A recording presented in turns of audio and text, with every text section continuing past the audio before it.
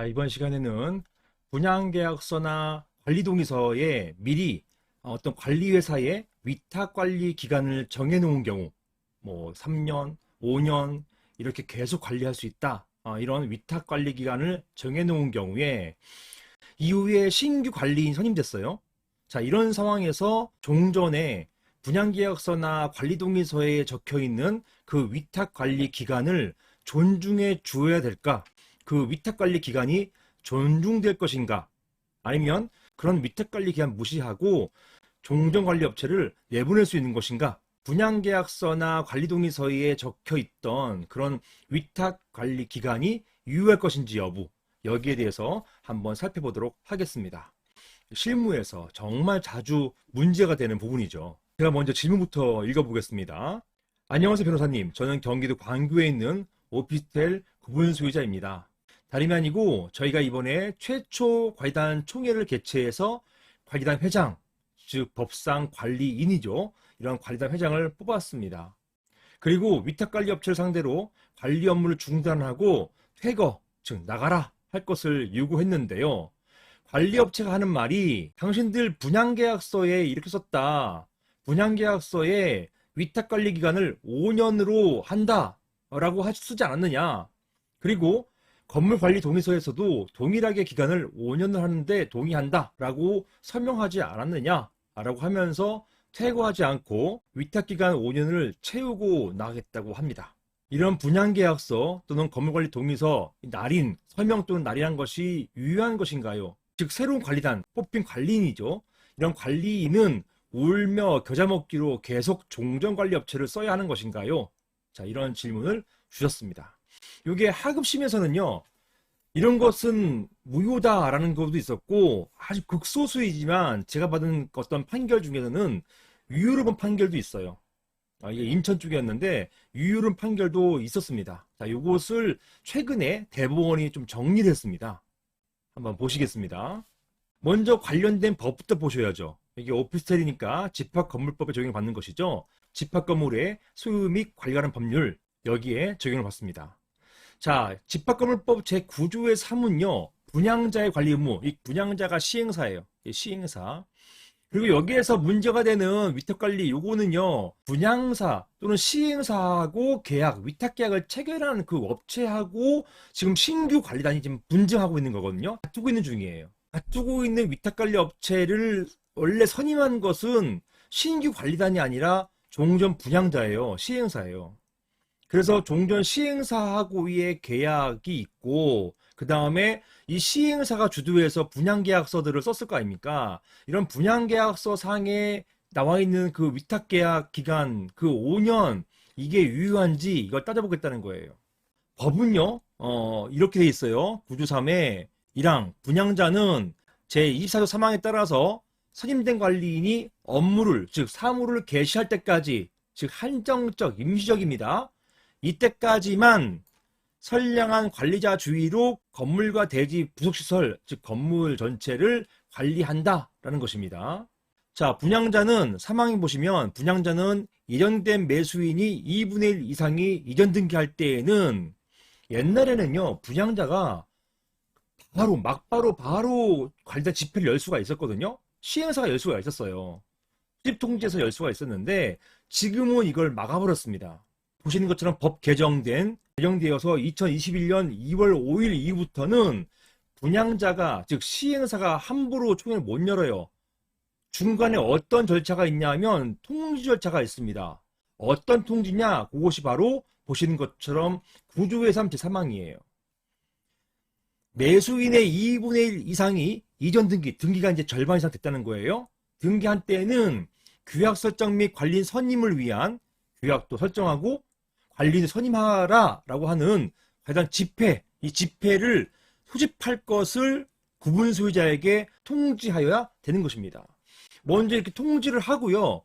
통지받은 구분 소유자가 3개월 이내에 집회를 소집하지 않는 경우, 그 경우에 비로소 집회를 소집할 수가 있어요. 종전에는 이 법 개정 전, 이 신설되고 개정되기 전에는 막바로 총회를 열 수가 있었다면 지금은요, 이런 통지 절차를 이행하고 통지했음에도 불구하고 집회를 구분수자들이 안 열었을 때 그때 비로소 총회를 열 수 있다는 얘기예요. 관리단 집회를 열 수 있단 말입니다. 쉽게 얘기하면 시행사가 자기가 관리단 집회를 열려면 미리 통지를 해야 되는 것이고, 만약 통지하는 절차가 없었다고 한다면 시행사는 앞으로 계속 자기가 스스로 총회를 열 수가 없어요. 관리단 집회를 열 수가 없게 되었단 말입니다. 자, 내용을 보시면 일반적으로 시행사는 법상 분양자로 부릅니다. 말씀드렸죠. 이런 분양자는 관리단 대표에서 관리인이 선임되어서 업무를 개시할 때까지, 법상 사무를 개시한다고 돼 있는데 그냥 업무 개시하는 거예요. 업무를 개시할 때까지 한시적, 잠정적으로 당의 업무를 관리하게 되는 것입니다. 따라서 만약 관리인이 선임되면 그때부터 관리비 지급수 권한을 포함한 관리 권한을 상실하는 것이고, 이것이 집합건물법 제9조의 3, 제3항의 목적과 취지라고 할 것입니다. 아까 보셨죠? 요것입니다. 이런 절차. 미리 통지한 절차를 둔 건 뭐냐? 분양자가 마음대로 총회 열지 말고 먼저 구분수자들에게 열 수 있음을 통지해라는 것이에요. 그럼에도 불구하고 구분수자들이 만약에 집회 소집하지 않는 경우, 그때 비로소 시행사가, 즉 분양자가 집회 소집할 수 있다, 이것입니다. 집합건물의 분양계약서에 구분소유자가 성립된 이후 일정 기간 동안, 여기는 5년이었죠. 분양자가 지정한 자가 집합건물을 관리한다, 이런 등의 내용이 포함되는 사정이 있다 하더라도, 이러한 분양계약서 자체가 구분건물의 매매를 주된 목적으로 하는 것이기 때문에, 즉 분양계약서가 뭡니까? 이게 최초 매매계약서잖아요. 매매계약서 자체는 매매를 원인으로 하는 것이지, 이 매도인, 즉 매도인이 여기서는 분양자, 시행사 아닙니까? 시행사가 그 매매한 물건, 그거에 대한 관리까지 관여하는 건 되게 이례적인 거예요. 팔았으면 그만이지 그걸 어떻게 관리하라, 이걸 왜 왈가왈부하냐는 것입니다. 그게 바로 이 뜻이에요. 이러한 분양계약서는 구분건물의 매매를 주된 목적으로 하는 것이지, 분양 이후에 관리를 어떻게 할 것인지 그 내용은 그냥 부수적인 약정에 불과한 것이고, 여기에 대한 어떻게 관리할 것인지에 대한 결정 권한은 분양자에게 있는 게 아니라 구분 소유자에게, 즉 매수인에게 있는 것이다, 이걸 얘기하는 것입니다. 분양자는 구분 소유권을 팔았으면 그만인 것이지, 자기가 지정한 사람을 또는 자기가 지정한 업체를 몇 년 동안 써라, 강요할 수 없다는 얘기예요. 따라서 분양계약서 분양 이후 관리하는 내용, 즉 여기서는 자기가 지정한 업체를 5년간 쓰라, 이런 거잖아요. 이런 것이 한시적 잠정적인 분양자의 관리 권한, 한시적 잠정적인 분양자의 관리권, 아까 말씀드렸죠. 여기 1항 한시적 잠정적 관리권입니다. 자, 이런 것을 인정하고 있는 집합건물법 9조 3 조항에 우선할 수가 없다, 이 말입니다. 원래 법은요, 분양자는 그 권한이 한시적 잠정적이에요. 즉 관리인 선임되면 관리인에게 관리권을 다 넘겨줘야 됩니다.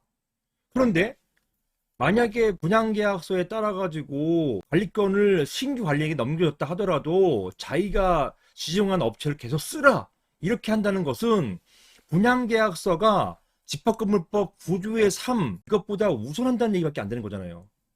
약정이 법보다 우선할 수 없어요. 약정이 법보다 우선하는 것이고, 이 법은 중요한 강행 규정이기 때문에 약정이 함부로 이 법을 바꿀 수가 없습니다. 법이 원래 약정보다 기본적으로 우위에 있는 거예요. 위에 있습니다. 위에. 따라서 세부 분양계약서의 그런 약정이 이 법을 위반할 수가 없는 것이에요. 분양계약서에 사례와 같이 관리하는 내용, 즉 5년간 자기가 지정한 업체를 쓰라, 이런 내용이 포함되어 있다 하더라도 이것은 구분 소유자들이 관리단이 관리인을 선임해서 관리를 개시하기 전까지, 그때까지만 유효한 것이지, 즉 분양자와 위탁관리계약을 체결한 관리회사가 위탁 업무를 할 수 있음을 승인한다는, 누가요? 구분 소유자들이요, 승인한다는 의사표시인 것이지, 이후에 관리단 집회가 있었고 관리인이 선임되어서 관리인이 업무를 개시해서 더 이상 분양자의 관리 업무가 소멸한 이후에까지도 그러한 위탁관리 업무를 할 수 있는 것으로 볼 수 없다. 이런 것까지 승인한 것으로는 볼 수 없다, 이렇게 대법원이 보고 있습니다. 이것은요, 비록 관리 동의서를 작성했다 하더라도 마찬가지입니다. 이것이 대법원 판결의 태도이기도 하고요. 결국 사례에서 신규 관리인이 선임되었기 때문에 종전관리업체는 관리 업무를 종료해야만 돼요. 이걸 거부할 수가 없습니다. 이것을 분양계약서나 관리동의서를 가지고서 거부할 수가 없어요. 이상입니다.